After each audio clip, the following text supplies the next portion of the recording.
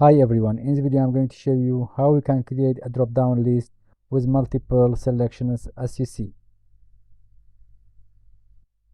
If you get any benefit from my videos, please like and subscribe.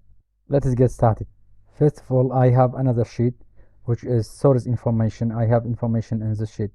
Now just click this cell, then from data, I have data validation. Then from here select it list and click this icon. Come to the sheet and select this information. Just enter and OK.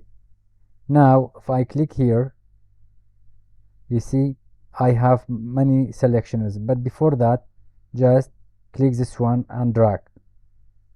OK. Now I select it for this one, for example marketing. For this one I select it finance. That's all. Have a nice time.